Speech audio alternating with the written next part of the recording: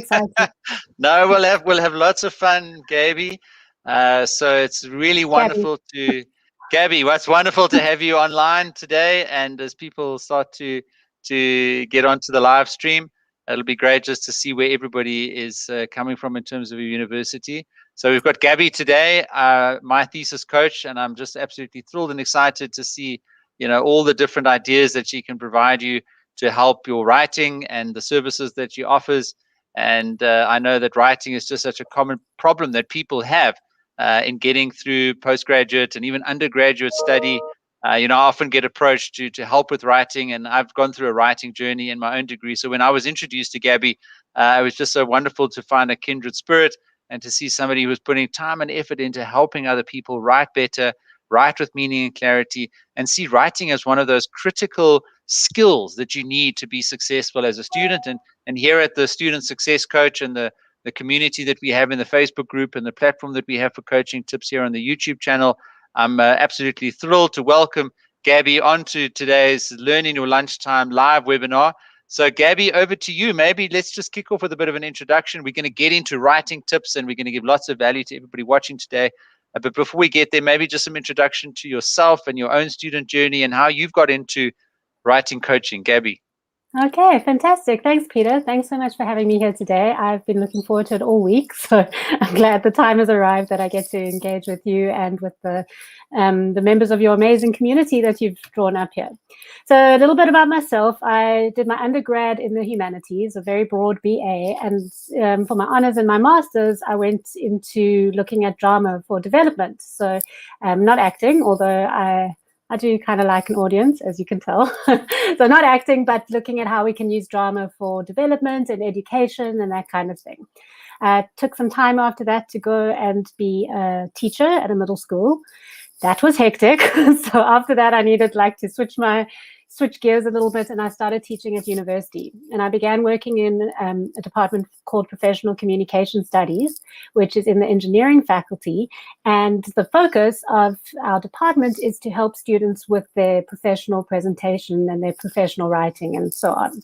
So, I was doing that. I love teaching. I love being in the classroom. It really is my passion. But, as I was doing it, some questions started to arise. I started to question my own practice as we do. There were some tensions I wasn't quite sure about. And unlike normal people who just sort of sit and think about it, I was like, hey, let's write a PhD. So I went off and I did a PhD around that. And that, I think, really pulled me into the whole experience of writing. I've always been a passionate writer.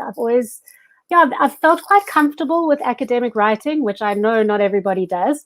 But because of that, it felt like it was going to be the right way for me to go. And it did. It took me a while, around 5 years to do my PhD. But I learned so much about myself, about the journey. It was hard. It was hard. And I'm sure we'll say that more times today. It was never easy. Peter, I'm sure you felt the same way when you were doing your PhD. But yeah, through that process of writing and becoming a more confident writer and figuring things out, I suppose I started to firstly love that and also think, how can I connect with other people around that? So my next journey was to start working at the Writing Center, which I did at UCT, and I particularly work at the Graduate School of Business. So I work with a lot of MBA students, MPhil, PhDs working on their writing. I love it so much. It's just such a joy for me to be able to do that. It feels like a gift. I walk out of there every day like buzzing with excitement, being able to look with people at their writing, get to know them through the process. And from that, I just wanted to do more of that. I realized that the thesis was something which I now had a wealth of experience about and knowledge, and having dealt with so many other people and helped them with their theses, I thought, hey, let's see how I can share the love, how I can help other people to advance through their thesis journees. And that's what really led me to my thesis coach, which I think I started last year, September, October, something like that. Okay. Wow. Okay. So similar timing to the student success coach. So great that we sort of partnering up on our respective journeys to help students be successful. And Gabi, sure. they always say, find a job that you enjoy and you'll never have to work a day in your life. So just wonderful to see that you're in that zone of being able to help people, which from my own experience, as you say, from going through a PhD and then running a writing workshop at Wits on a yearly basis, through which, I really got to grips with some of the challenges that the students were having in their writing processes, came to realize that I think it's an underestimated common problem that people have. And, we operate in an academic world that depends so much on clear and unambiguous academic writing skills. And yet we study and we research in that world, but we live in a world of 140 characters and very dumbed down, simple, bite-sized vignettes of information on social media, etc.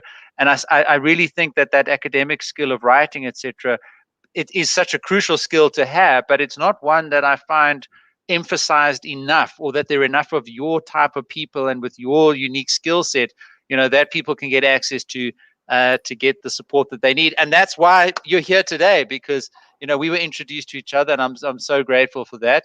And really what we want to get into is just to unpack, that writing process and the issues that you've seen students experience. So maybe let's start there. Okay. We've had a couple of questions come through. What would you say when an average student, doing a master's or a PhD or even undergrad walks into your office and says, I'm struggling with writing, I've got these issues, and then you start to unpack that and coach them through, the process of becoming a better writing? What are some of the common challenges that people are facing, and how do you deal with them?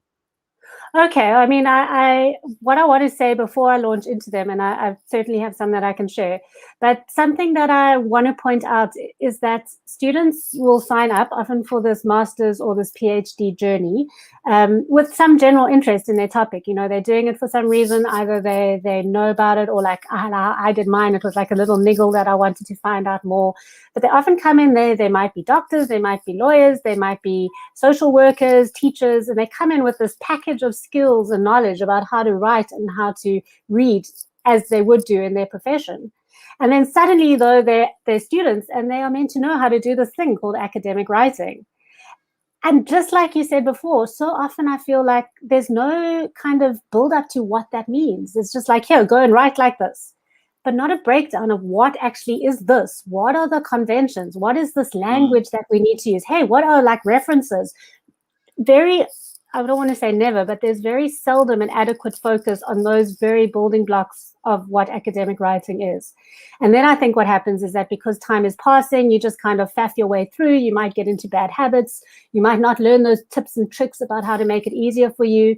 So I very much see what I do as making that explicit. Like, why are we keeping these secrets? Let's like share them with students. And, that's not it's kind of, it's not a purely generous thing to do, but the better new students know how to write their theses, the better that is for the world of knowledge. Hey, the better it is for all of us researchers. We're going to be learning from each other. We're going to be growing. The world of knowledge is developing. And so that's why I'm really passionate about being explicit about like, okay, here are the rules of the system, figure out those rules. And once you know the rules, hey, then you can start playing with them and mixing things up and taking risks as well. But yeah, my big jazz is making those kind of fundamentals really clear and explicit to the reader. But so you asked, what are some of the things? Well, I'll tell you what's really interesting. So often when I deal with clients, so they come in wanting to know about grammar, or they come in wanting to know about referencing. But we start talking and people's ideas around their writing is actually so much more than that. I mean, it often taps into something like really deeply psychological and from people's background. I mean, I always talk about, I once did this workshop. I was a participant, and it was for university lecturers who are now going back to reflect on their own practice. And we were asked to speak about writing and talk about our memories or what links to our writing. And I couldn't believe, here were these like established academics with papers published, PhDs, the whole story. But when asked about their writing, they were talking about how in grade 4, Mrs. Smith marked their paper with red pen, and like how they'd just never been able to get over that. So very often what I'm dealing with when I'm speaking to students is about, how do they feel about their writing, boosting confidence, highlighting actually what there is that they're doing well. Because nobody goes into a master's or a PhD program without being, fundamentally super smart and jacked up. So it's also about, I think, highlighting the things that they do well. And I think coaching is a lot about that, as opposed to editing someone's document and fixing it. I think coaching is about skills development, but also about people development, about confidence development, and about allowing students to see that they can do this thing, that it is within their reach. Yeah, Gabby. So, I mean, I love what you were saying there about, not just, helping people edit, and what I talk about in my courses and content is about sort of becoming your own editor and then coaching people to practice good writing as they're going through that writing process and learning to write often, to write well, and to write, frequently and with the right intention and the right outcome that they want to achieve for their reader. So, I mean, let's say now, and Jay Rams has put a point there to say first time attending. So, Jay Rams, welcome. Great to have you on board. I'll put a couple of links to our Facebook community where, we moderate sort of interaction and support between students, where you can get, a lot more information about these events and find out, from other fellow students, what it is that you need help with and how you could potentially help them. We even have a mentorship program running in the Facebook group. But let's say, for example, that, as Jay Rams has said, this came at the right time. And as we were chatting before, Gabby, going into the student year now, people are registering, they've got a year ahead of them and they've got a research module or they're doing a PhD. And we've seen what people are doing on the chat. There's going to be a fair amount of writing that they're going to have to go into. They're going to have to do time management and people development, all those good things, etc. But going into the year and setting their mind in the right way to be a good writer this year, what are some practical steps? And we're always very big about taking action out of these sessions. What can they do differently when they drop off this webinar to get on that path of becoming a better writer? Okay, so I'm going to speak particularly about thesis writing here. They're as opposed to read this blog to get a sense of grammar or whatever, which is important. But let's look more as somebody who's about to start their thesis process. So I think the first thing to do is to know that you have picked a topic which can sustain you through a couple of years of research. Okay. And I think that there are a few things to think about when you're choosing that topic. So I think you want something, whether you've generated this topic yourself or whether, maybe a supervisor has given it to you or it's part of a bigger project and, you're taking on a chunk of that. I think you want a topic that does two things. So the one is that it's actually something that's doable. So you want a topic that can be researched. Can you look at the effect of COVID on South Africa? God, no, how would you do that? South Africa is very big. But can you look at the effect of COVID on health workers in Cape Town? Okay, you probably can. That's doable. There is a way to research that. So I think in terms of doability, if that's a word, I think it is about thinking, is this something that's that's doable? That's number one. Is this something that's researchable? Number two, I think, is this something that makes me feel just a teeny little bit excited? Okay, it doesn't have to rock your boat. I'm very pragmatic, right? Your thesis is living alongside all the other things that you're doing in your life. Very often students are also working full-time, working part-time. We've got families. I really don't want to discount the kind of mental chaos of this time that we're living in and what that can do for us. So, I'm never going to say it's going to be the only thing in your life because it isn't. But do you get that little feeling of like, ooh, I like this. I want to find out more because you need something like that, which is going to be getting you through the journey. Okay. Okay. Yeah. So first step, so good topic formulation. And I mean, I think an extension of that is to have a good thesis statement, which guides your research questions and the actual process of researching and asking those questions in the field, etc. So you anchor yourself around a topic. And I mean, I like what you're saying because around that topic, you build a bit of a golden thread and you have some keywords that in your writing, you're signposting your reader through your actual document and always linking them back to that golden thread of the topic or the thesis statement that you've got, which not only in your life will sustain you through your research study over a couple of years, but also in the journey of the reader through your document that you put in front of them. They'll have a very clear route to work through your document that always links back to the topic that you are A, passionate about, and that B, as you said, is possible to research and come up with some contribution as a result of your study, in which you'll have spent a couple of years working on. I love Carmen's comment here. Why don't you get this insight during your undergraduate degree? It makes things so much easier. So I think, Carmen, both Gabby and myself feel strongly that because it's not automatically in place, and a number of universities do offer it, but certainly in my own experience, there was a gap for me between the expectations of the degree that I was doing and the actual practical steps like writing and other things to get there. So Gabi, okay, so we've got a good topic developed for us, and I always advise people, put that up visibly in your room. Every day when you come in and you sit down and you write, you see that topic up there. Put it on your fridge, put it on your mirror. You should be constantly thinking and writing about that topic. And what's next then? So topic development, formulate a thesis statement. How do I become a better writer in terms of a daily discipline or a practice-based habit-forming approach to that sort of skill? Okay, so I think in terms of developing habits, I think it is about developing a habit that is sustainable. So I don't know, I've just started jogging, which is like a very new life-changing thing for me. And in the beginning of the year, I was like, I'm going to jog every day, right? So I'm going to hit the beachfront and I'm going to be running half an hour, 40 minutes every day. I'm going to do it. Okay, so I did it like for a couple of days, and then like I got sore, and then I got a little bit tired, and then I got a little bit achy, and then I dropped it for a couple of days. And okay, I got back into it, but it was a mission.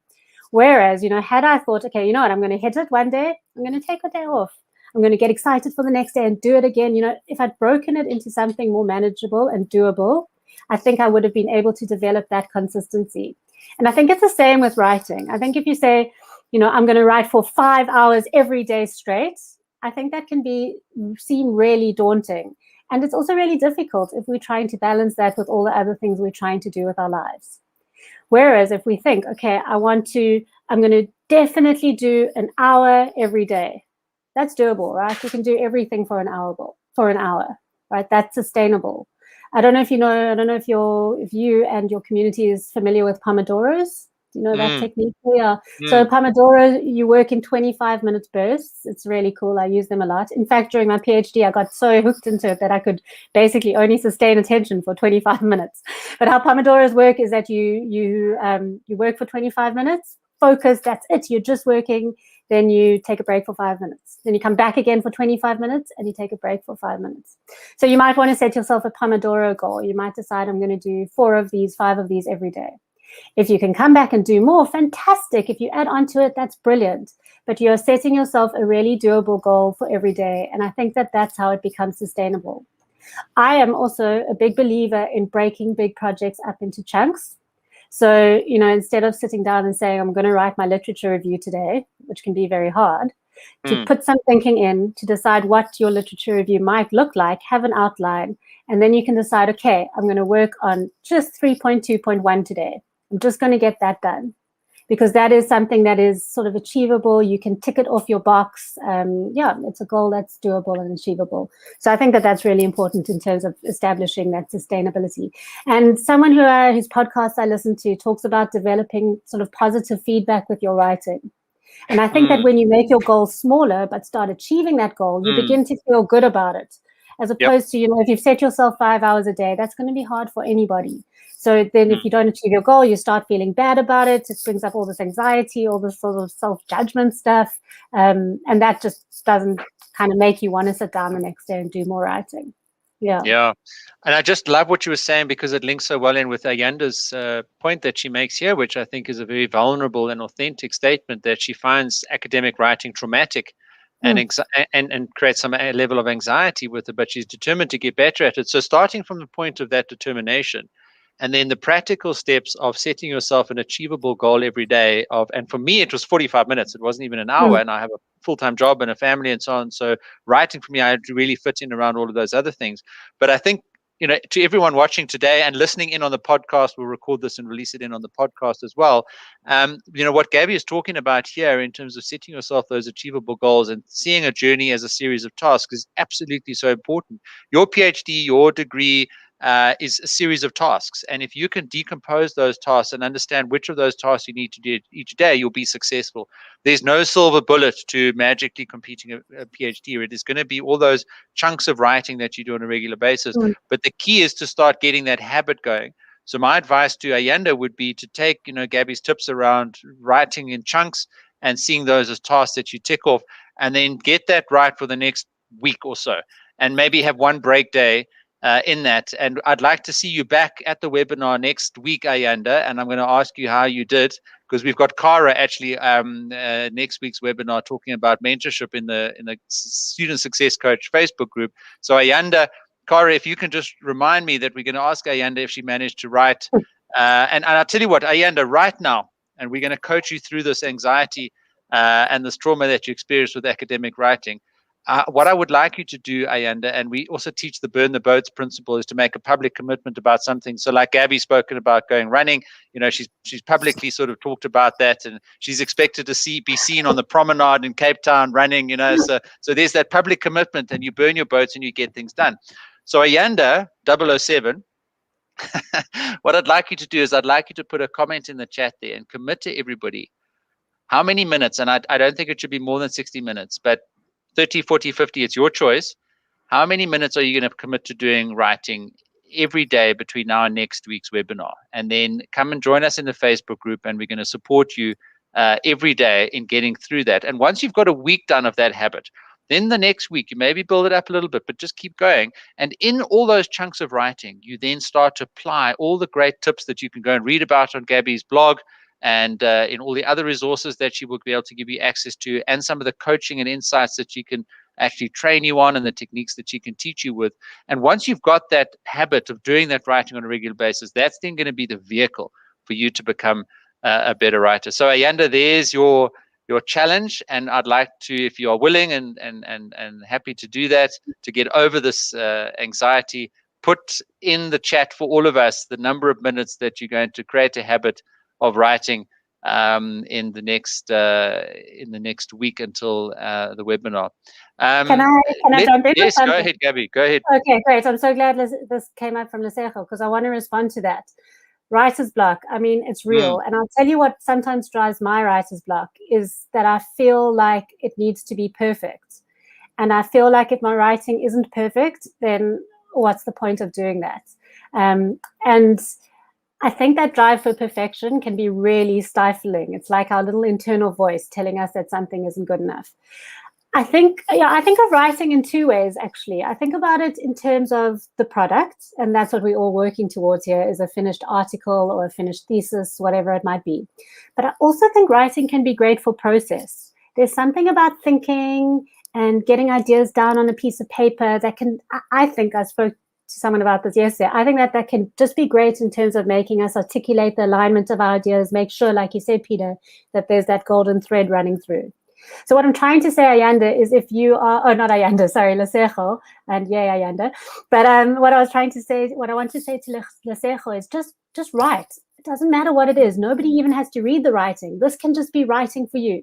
Get some words on the page. In fact, in my PhD, talking about things we have on our wall, I had on the wall, I just had, just keep writing words. Yes, and yes. I went for it. I was like, just pour it out, Gabi. And sometimes it was nonsense, and sometimes it was great. Yeah. And sometimes in 100 words, there was like 15 that were good. But at least that kept my momentum going, and it kept my ideas flowing. That product, making ideas happen, really came out there. And you can always go back and edit an imperfect work.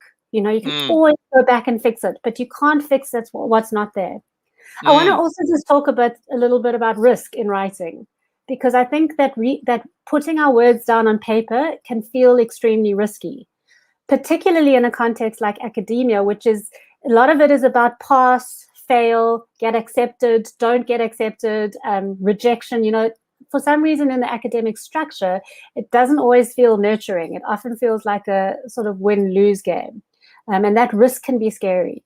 So I advocate for low-risk writing as well, which is what I was talking about, where nobody's reading it. It doesn't have to be perfect. It's not going in your thesis, but it is starting to get the words down on the page. So Lesejo, I hope that can help you a little bit breaking that writer's block.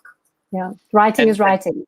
Yeah, absolutely. And Gabi, I would even say, to extend on what you're saying, in terms of keeping writing, is actually to write, I don't know what to write. I don't know what to write. I don't know what to write. I don't know what to write.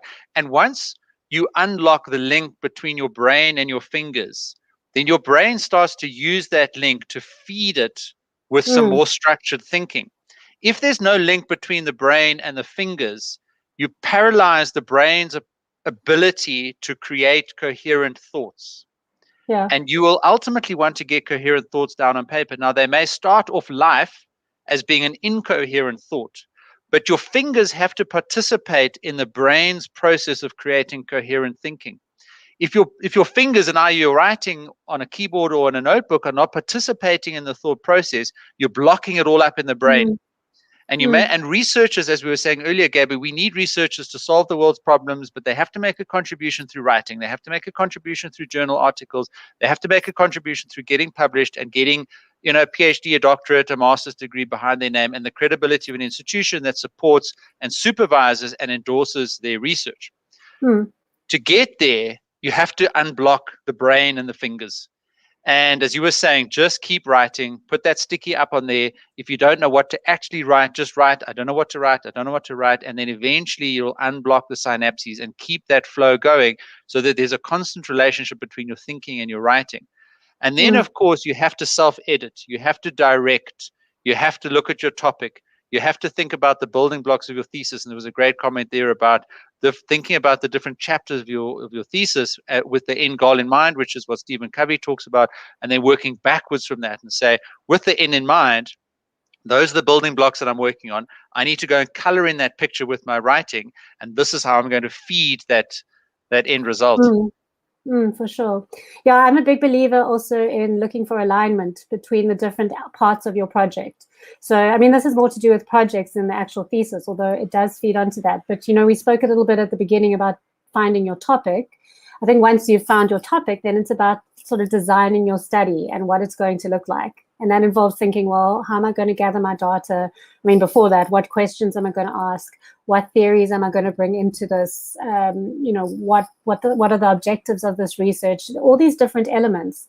And something that I found really invaluable in my PhD when I was putting my proposal together was the exercise of just trying to make sure that there was a line of alignment running through that. I'm going to say again, the golden thread, which I know you said at the beginning, but making sure that there is a logic there. So your question needs to be informed by the theories that you're using as well, and needs to make sense within the context.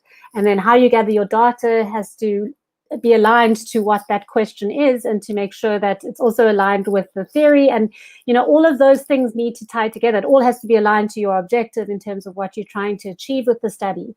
So it's just about thinking. I think at the beginning of a thesis journey, it's definitely worth spending good time thinking those things out. My dad used to say, think more, work less. And I loved it because that time spent really like mapping it out and thinking, is this making sense? Are these bits aligned? Means that when it gets to the time where you need to be doing the actual writing part, it makes more sense because you know how all those building blocks fit together. So my proposal took me a really long time, and I'm quite glad because up till the end of my thesis, I was still going back to that proposal to see it. I know other people in some institutions, it's more rushed. In some institutions, it's kind of it's less of a substantial document. But I studied at Rhodes, and they were very strict on having a good, solid proposal. And for me, I think the time invested in that was definitely worthwhile. So I think for anyone doing a thesis journey, that's a great place to start, ensuring that is strong, because that's going to form the springboard for the rest of your study. Gabi, I absolutely agree with you, and I've got an entire course on how you go about, structuring a good quality research proposal so that you can get your study approved. And I 100% agree with you that if you lay a good foundation with a thesis statement, with research questions, with definitions of concepts, and then a clear roadmap that you need to apply your methodology, etc., that actually saves you time in the long run because you've invested in understanding and demonstrating to your university, how and why you're going to do the study, and then the what of it through the results will come out in your final document. And there's a lot of reuse from a good quality proposal. There's a lot of raw material there that you'll obviously have to tweak and change and adapt, etc., to ultimately put in your final document there. But I love comment here from Rahab. Wow, Gabi, just keep writing words. This is powerful. I'm adopting this. Thanks. Yes. I mean, I teach my kids. So they got a speech. I just say, just write. I don't know what to write. And then you unblock that, and eventually the brain starts working. But it often takes the fingers to get your brain working. Gabi, we've got a couple of questions coming through here. I tend to spend too much time reading. When I do write academic essays, I overwrite or have little time before submission for marks, and that affects the quality, obviously. How do we balance the writing and the reading aspects? Okay, I think that's a great question. I always see it as a bit of a dance. So, rather than just reading or just writing, if you can start to do that practice where you're kind of dancing between reading and then a little bit of writing and then to a bit of reading and then to a little bit of writing, I think what that means is by the time you get to the point of like actually putting this essay together, you have a body of stuff that you can start drawing on. And it also means, Peter, that valuable work that you've been talking about the brain and the fingers and getting the thinking happening has already started happening. So maybe something that you can do, just like a tangible practice that you can start doing is, okay, read a paper and then read another one. And then in a writing journal or however you like to take your notes, briefly write to yourself a little note about how are these two papers related? What do they have in common? Are the authors saying anything similar? Did they maybe draw on the same kind of methodology with different effects? Is it the same study, but it's in two different contexts, and what was different? Start to see if you can just make a statement for yourself about how those papers come together. Doesn't have to be perfect writing. We're just going to keep writing words, as we said. Then read another paper and see, how does that fit into the mix? Was it completely different? If so, write that down in your little writing journal or whatever it might be. And you'll find that act of moving between reading and writing also helps you take ownership of what it is that you're reading. Because I don't know about any of you, but I remember in my PhD, Peter, did you ever have this? Sitting down and reading a reading, thinking, okay, I'm going to be a responsible student today. So you take your reading, you make your cup of tea, you sit down, and I would spend the 45 minutes, hour reading the reading, and I would get to the end and I'd be like, I don't know what just happened in my life or what was in there. And it was just kind of gone. You know, that was because I wasn't actively reading and I wasn't planning on really doing anything straight away with that information. Whereas if you already start the dancing between reading and writing from the very beginning, you're taking ownership of that. You know what you're going to use it for. And you are already starting to make those connections. So yeah, I think something like that could be really helpful for the person who asked the question. I love that idea of a dance. And I think the balance between, for me, I talk about reading, writing, and thinking, sort of, the three that need to go together as much as possible. But I guess what we were sort of seeing there in that comment was possibly reading too much and then squeezing out the time to do the writing. And, your advice has really been to do it in tandem. And as you are reading, almost just to be in the habit of writing at the same time, because remember, anything that you read and that you're not committing to paper, you're putting a backlog on your brain to have to remember when you do eventually write. And in my referencing course, I saw somebody asking about good referencing over there. And if you think about anything that you read as being a source, there'll be a more formal source and less formal sources, etc. But if you get into the good habits around referencing, then it's not just about referencing for the purposes of including the right format citations, but it's about referencing for understanding the landscape of what you've read and how that has a bearing on your writing, and then drawing from that knowledge to become a better writer. So I think Nombushle there sort of touches on that, where she says, I find it challenging to even start writing a thesis and referencing the right way. So I guess, Nombushle, my answer to you would be, and then let's ask Gabi, would be to say, don't actually start thinking about writing a thesis. Just start thinking about writing a paragraph in your introduction. Because when you think I've got to write a thesis, that's again, you're setting yourself up for an unachievable goal. Your thesis will get there, but it's going to be the sum of a whole bunch of paragraphs. It's going to be the sum of a whole bunch of 45-minute or 25-minute. You saw that commitment that Ayanda's made there to write for 25 minutes every day. So if Ayanda can write 25 minutes and get a couple of hundred words out of each of those 25 minutes, she'll have to edit. And she'll have to sort of fix up over time effectively, but she's got the raw material that she can work with. Those 25 minutes added up over time will get to a thesis. No one sits down and writes a thesis. So Nombushle, I mean, that would be building on the advice that Gabi's been giving us to get going with. And then the second part of your question there, in terms of referencing the right way, I'll drop a course and we've got lots of videos on the YouTube channel, so subscribe there, and there's lots of coaching tips, etc., about how to reference in the right way from the start. Because one quick thing to mention is that if you are not referencing your sources as you are writing into your final document, once again, you're giving your brain a backlog to think about when you have to then actually hand it in. If you can quickly cite while you write in Word using EndNote or Zotero or something else like that, and you have a good working knowledge of the sources that you've been reading, then it becomes an integral and integrated part of your writing process. And I think, Gabi, supports the content of what you're writing about, because all researchers stand on the shoulders of giants. No one has to start from a blank sheet of paper. You obviously Mm. have to make it your own, and you have to make your own unique contribution. But referencing well with good reading habits that leverages the landscape of literature out there in a way that's useful for your paper makes you a better writer. Definitely. I like to think about referencing similarly in a way that you do. You know, it's funny when I run writing workshops, which I do quite often for big groups.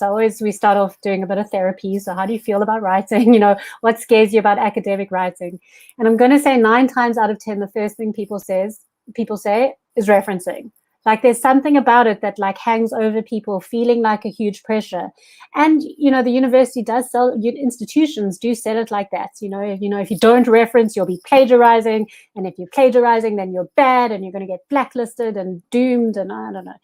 It is that, right? You do need to reference, but I think that that's a very sort of stick way to sell the content, the idea of referencing. Whereas I think more of a carrot way of selling the idea of referencing is to see it actually as something really empowering. You know, I like to think of academic or academia as this like amazing web of knowledge where people are like always sharing information and generating ideas and creating things about, you know, theses and articles about what you're interested in. And as a new scholar, as a new person writing a thesis and entering the world of academia, you want to enter that conversation. You can't just jump in. You need to know where you are locating yourself within that web of knowledge. And what you're doing when you're referencing is you're just telling the world, hey, this is where I am. I've read that person and this person's idea. I agreed with some of them. I didn't agree with some of them. But you're sharing where you fit in within that landscape of knowledge. And all you need to do in order to do that is to say, this is the person who I'm citing. That is the person who I'm citing. So for me, it actually, pardon the wordplay, but it becomes something quite exciting because you're saying this is where I fit in the world of knowledge generation. And it's the technicalities that I know scare people. And you know, Peter, from putting that course in the chat, I think that's going to be invaluable because people worry about like, okay, where does the brackets go? What do I do with the semicolon? You know, what goes first? The author's name, must I write their name out in full? Those things can be really scary. But I think with online referencing management tools like Zotero, like Mendeley, RefWorks, those really automate those kinds of processes so that all we need to worry about now is that concept of, am I doing this? Yeah. Am I giving credit where credit's due? Yeah. Gabi, so, yeah. Tell me at UCT, do you guys give students free licenses for these tools? Because I know at WITS, they only do Zotero. And I actually had the president of the convocation of WITS on the podcast the other day. And I asked her point blank, I said, why doesn't WITS sponsor more licenses for these referencing tools? What's UCT's approach? So I know that the GSB uses Mendeley. So I assume students get access to Mendeley, which I'm not familiar with. I know Zotero. I think Zotero has a free, I don't use Zotero, so it does have a free usage. And I don't know, on my blog a couple of days ago, I did a post on what to do when you like literally cannot write, but you still want to make progress on your thesis. Because we all have those days that we just can't. Yes. And one of those things I put on the blog was like, take time to figure out one of these systems. There are tons of videos on YouTube. Figure out how to import your sources of Google Scholar. Figure out how to generate a reference list. I mean, the fact that I can do a thesis for 4 years and at the end of the process, click a button that says create reference list, and there is my reference list. I mean, that is completely mind-blowing. And I'm hoping for... I can't remember your name who asked the question, but I'm hoping for you that feels like a weight off your shoulders because you don't need to actually worry about what needs to go in italics and what doesn't. The machines are doing that for us now, which I think is super cool. And I think, Gabi, what you're saying there is, you know, in terms of this anxiety and this trauma that we we're talking about earlier, you know, there are some things that you can automate. There are some habits that you can put in place. And bit by bit, as you get more confident with dealing with all of these different aspects of writing, you then eventually, hopefully, get to the point where writing is enjoyable. But you've got to sort out all those bits and pieces. You know, that's going to always clutter. You know, that will be a barrier to becoming, you know, a writer that is fulfilled by the act of writing. So I think, you know, the advice that you're giving everybody is absolutely incredible. And guys, please hop onto Gabi's website. I put the link in there and go and check out her blog because she gives a lot of advice and support there for writers. But what we're going to do, and guys, I think Gabi's given us a lot of value this afternoon, and we've got another 10, 15 minutes to go. But what we would like to do is really just give you a special free offer today from Gabi, exclusive only to the Student Success Coach community. And Gabi has very kindly offered to give a dedicated one-on-one hour of coaching support to somebody on the chat today. And I'm going to explain how that'll work now so that you can take advantage of it. And Gabi does offer these services. And, as we've heard earlier, she loves doing it. She loves helping students. So please do hop on her website and book a consultation with her, go through her blog and share her content and, help other students to find her and get the value from it. But to get access to Gabi one-on-one for an hour, the third person or the third chat comment to come up. So, YouTube, we're going to just see how the chat sequence in there. But the third person, okay, so before you start typing away furiously, and it's not going to be the first person, it'll be the third person. So it's not about being first. The third is good, or second is good, but the rule is third. You need to, in your chat, put hashtag #mythesiscoach and then the problem that you'd like her to solve with you in that hour. And we're going to see who's the third chat comment to come up, but it must have the hashtag #mythesiscoach in there. So, pop that into the chats now, and let's see who has the third comment with the hashtag #mythesiscoach in there as well. Let's go to a couple more questions. Hey, sorry, Gabi. I just said I'm excited. It's like getting set up on a blind date. It's fantastic. It's like a lottery that we're going for here. Oh, exactly. Let's look at Joel while everybody's typing in and eagerly competing to get your valuable hour of time, Gabi, which we've also got today, which I'm very grateful for. Joel asks how to write and read for the same topic without losing the topic and what you want to achieve, because I feel like I'm losing the dance. There's probably a little bit of interpretation in there, but your thoughts? Okay, Joel, I think Joel was talking about the dance between the reading and the writing as well. I think I want to extend this metaphor and say, are you sure you're dancing to the right music? I loved what Peter said about write your topic on the wall in front of you or have it there. I also want to encourage you to take your research questions and make sure that those are really clearly articulated and have those in front of you. And when you are reading and when you are writing, keep coming back to those research questions. Sorry, I'm like looking at my window where I stick things, but keep coming back to your research questions to check, am I aligned with what I am setting out to do? Keep asking yourself and coming back to that. So that would be the one thing that I say. I mean, it's a very kind of tangible strategy. The second thing that I would say harkens back to what we said earlier about creating an outline before you start. And listen, when I say outline, I'm saying very much like you can totally be flexible with it. It might change. You might pull something else in. You might decide to, add an extra section somewhere. That's totally fine. But at least having some sort of outline of what you're writing towards, it gives you what you need to keep coming back to. So that helps to keep you on track as well, I think.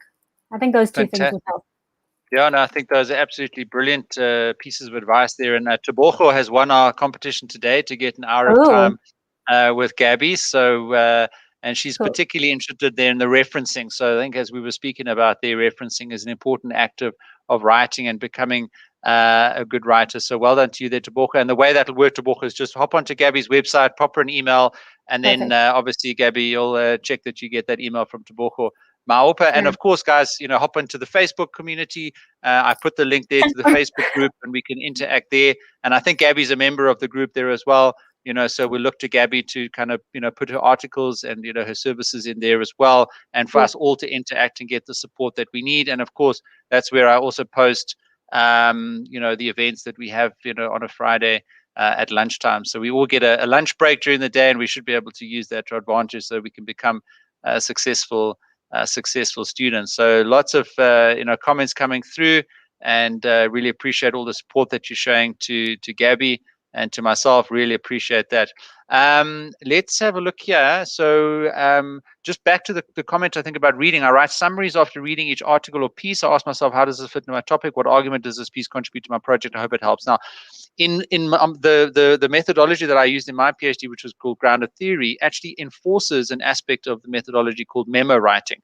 And I think that's just a good practice where you have, an ongoing journal or some notes that you take, or a filing system somewhere, like Gabi was saying, nobody else is going to see that, but which linked either to references or to a section of your thesis or to whatever else it is that you need to produce as a student, some safe space where you can go and write and take notes. And as you say there, ask yourself, how does that fit into my journey as a student, Gabi? Yeah, no, I agree. I just think that's such a brilliant practice that you're enforcing, and or enforcing for yourself or putting in play. And I think what that is brilliant for as well, and I'm sure people in this group will know this moment that I'm speaking about. But when you're writing and you think, oh, I know the perfect thing to put in there. I remember I read something, it'll be perfect here. But like you just cannot for the life of you remember what article, which folder it was in, who wrote it, and I think that starting to write summaries also helps you keep track of who said what, which can be super helpful at a later stage when you go looking for a particular piece of information that you need at a particular time. So yeah, brilliant. Yeah. Gabi, so true. And one of the techniques that I teach in the referencing course, which I've just opened up for free and put into the chat there, and it's specific to EndNote, but I'm sure there are other tools that can do something similar, is they have a 5-star rating system. So when I started my journey with EndNote, I thought I had to be very, diligent around using all the different features, etc. But what it actually came down to was exactly what you were saying, just to categorize the references that are going to be useful for me in my writing journey to become a successful student. And if I then, after reading a source, could then go and flag it, either sort of 3 stars, yes, it was kind of good, I don't think it's going to go in my thesis. 4 stars, maybe, if I'm looking, but 5 stars, that's definitely going in, because I just had a light bulb moment. I read that, all the lights came on. I'm so passionate about my topic. I could sit and read this the whole night. I love the journey that I'm on at the moment. 5-star rating.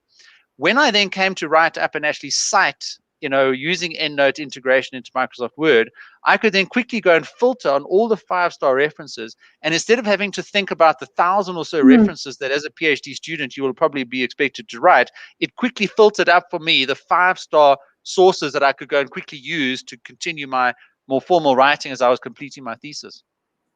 Yeah, what a great way of doing it. And I've also seen people, I know in Zotero you can use hashtags.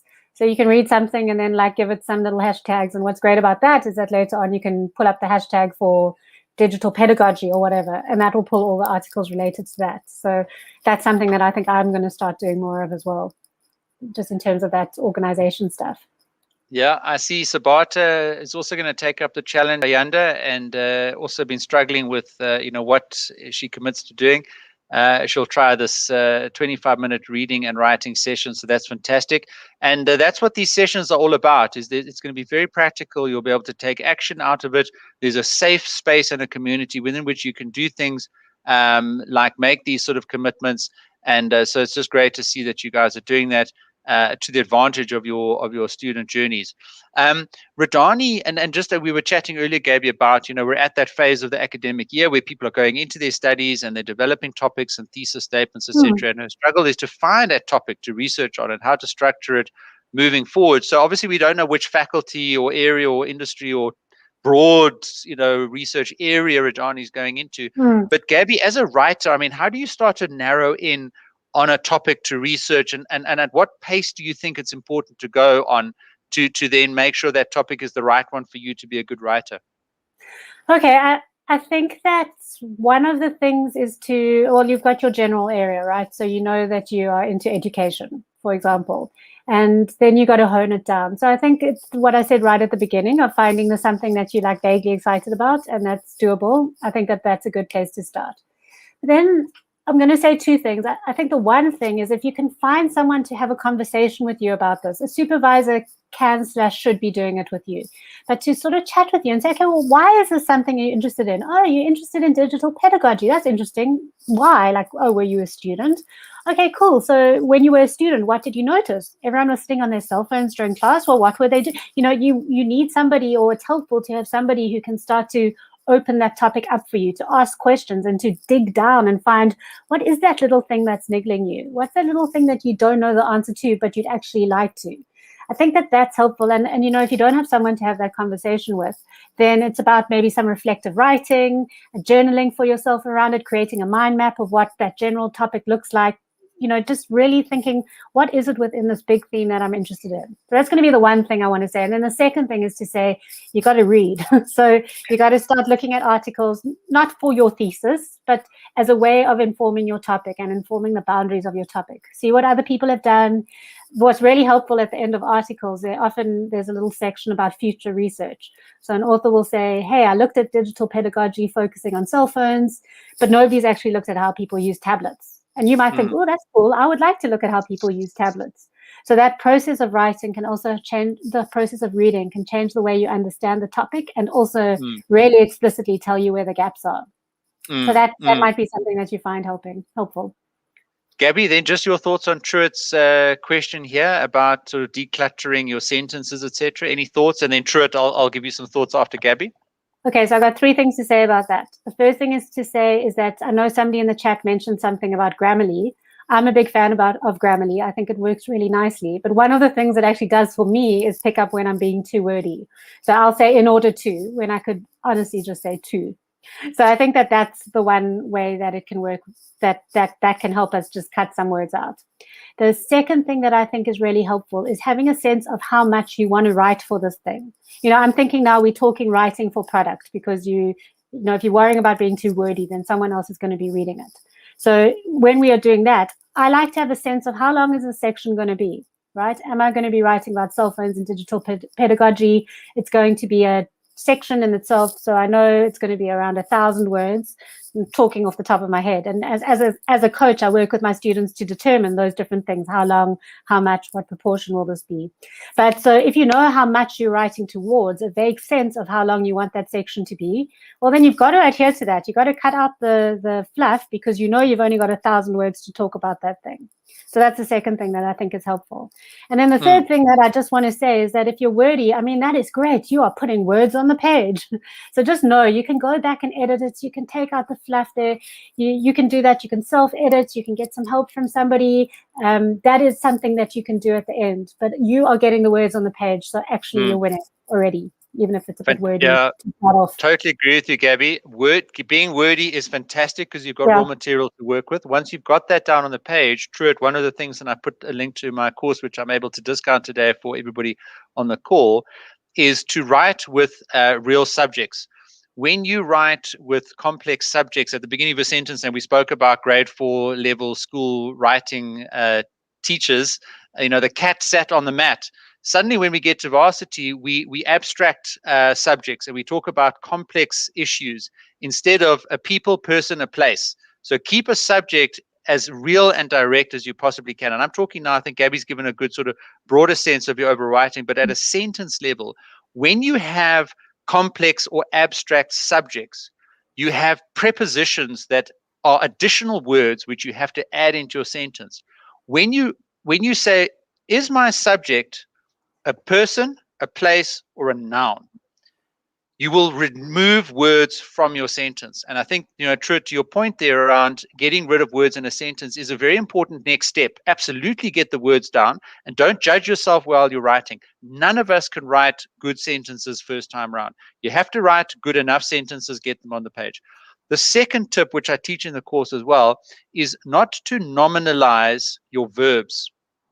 Kind of linked to the previous one. What we often do is we talk in the third person about action. So a verb must be a doing word. It must be the person decided, not a decision was made. And when you nominalize a verb, you clutter it with prepositions once again. So when you abstract subjects and when you nominalize verbs, you bring in extra words into your sentences. And what I would strongly suggest you do is then you go look at your own sentences and ask those 2 practical questions, which are 2 practical actions that you can take this afternoon if you're busy with a writing project. Are my subjects real? Person, noun, place. Have I nominalized my verbs? Have I got back to an action? The cat sat on the mat. Sat, run, drove, decide. Those are verbs. We learn them at school, but when we get to varsity and we try and aspire for this academic level of writing, we think we have to make abstract, complex, fluffy, wordy sentences to match what we think is expected from us in the academic literature. But it's actually the opposite. You need to write in clear and plain English. And then the other 2 tips, which we don't have time to get into at the moment, is to write with this idea of complexity last and old before new. So as you're going through your paragraph, introduce topics that your readers already used to. Otherwise, you're burdening their subconscious with constantly new and complex topics rather than reinforcing the ones that they've already become aware of. And those are 4 practical tips that I talk about in the course to become a better writer, and I believe can actually double your writing quality. Let's Sandile talks about how does a sentence or paragraph with 5 or 6 references compare to one with 2 to 3? Does it by any chance convey a deeper amount of reading? I'm not sure. Gabi, your thoughts? Yeah, that's a tough one. I was going to say, Peter, your thoughts? I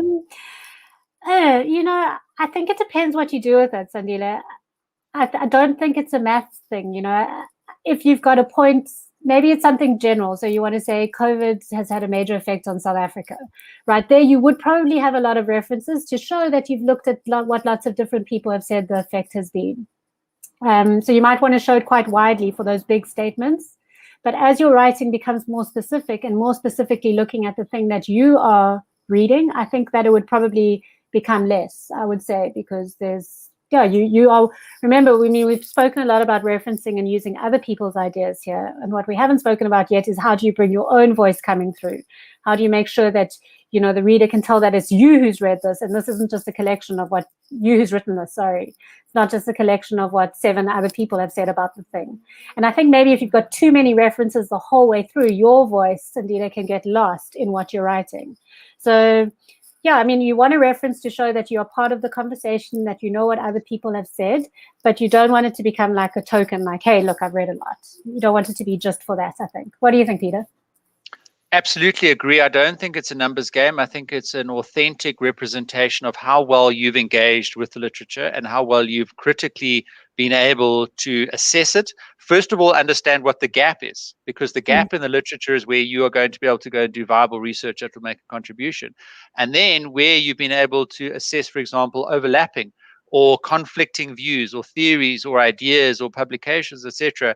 And without losing your own academic voice, as Gabi has mentioned, bring in those other voices, but more in support of the main thrust and the golden thread of what it is that you want to write. Now, that might be slightly different in your literature review section. Your literature review section is expected for you to demonstrate an overview of the landscape. And there are certainly, I think, some sections in your literature review where you are literally just, you're scanning the landscape, you're describing what's out there. That critical engagement should come through. But certainly a lot more towards the end of the literature review, where you wrap up and you give an overall assessment before then going on into your methodology, which is then how you're going to address that gap and then make a contribution, but all in the context of how well you've critically engaged with the literature. So I think, there is definitely a sense of the number of references that you have in the back. And I think I had 300 or something like that. I actually did a YouTube clip on this previously, because it is sometimes good just to benchmark, but you should never aim for a number. It's always quality. But I think if you've got less than 100 references for a PhD, that feels a bit light, I would say.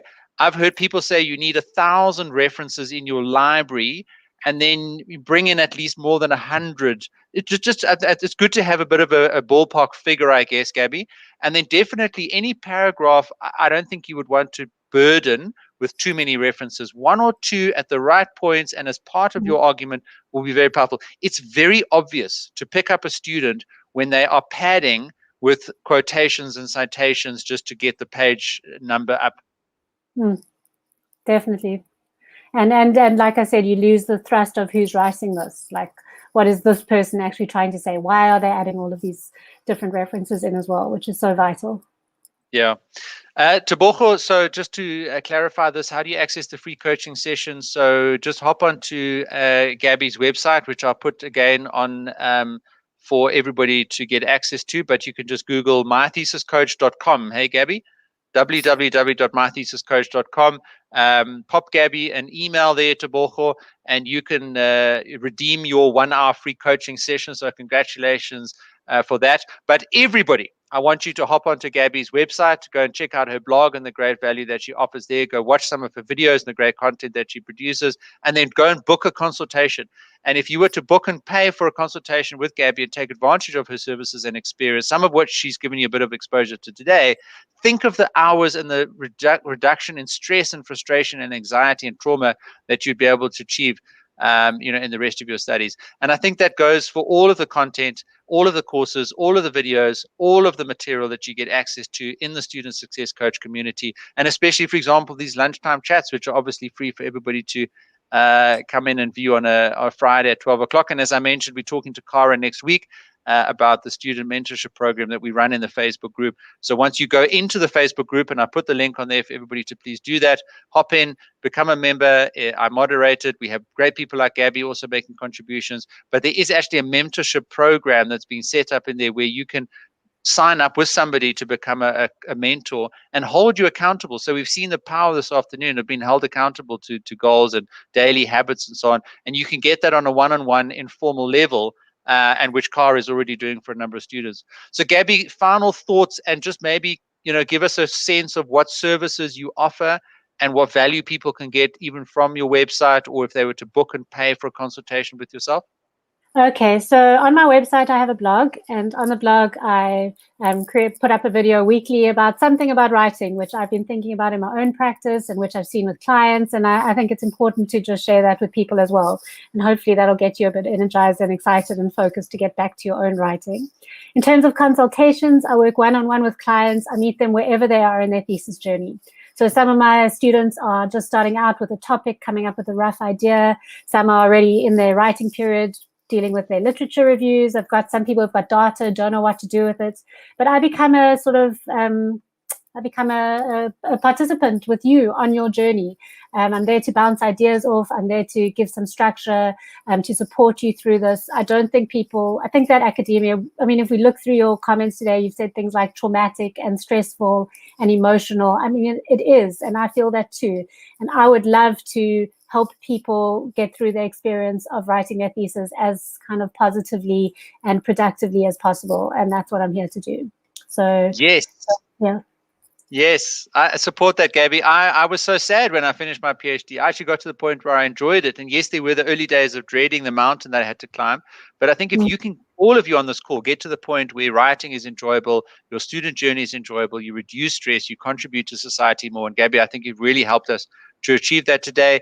And Ayanda has picked up a challenge that she's committed to, and she's going to pop into the Facebook group this afternoon and let us know how she's getting on with that. So Ayanda, we look forward to your thoughts in the Facebook group. Tebogo, you've redeemed yourself an hour's worth of free one-on-one coaching with Gabi. So there is, I think, a lot of value that you've all been able to get out of the session today. Lesejo says, thank you, Peter and Gabi, for a wonderful session. We'll definitely check the My Thesis Coach website. Literature chapter is giving me a headache. It sounds like you're busy with the literature chapter. So Lesejo, hopefully you've been able to get some pointers today. I put the referencing course, which is free today. So hop in there, do that course, Lesejo, and it does talk specifically to the literature review. And then I also did put the research proposal course in there, which has a small literature review section that you'll obviously expand on for your full thesis. So Gabi, have a super weekend, and thank you for your time today. I'm going to leave your website up there. So I'm sure you're going to get lots of traffic and inquiries on your services. And guys, please also share Gabi's great content out widely in your student communities. Thanks, Peter. This is what I love to do. So thanks for having me. That's a pleasure, Gabi. Thanks, everybody. Have a super day, and we'll see you. Subscribe on the YouTube channel, join the Facebook group, go check out the podcast, take advantage of all of this great content. It's our commitment, myself and Gabi's commitment to your student success.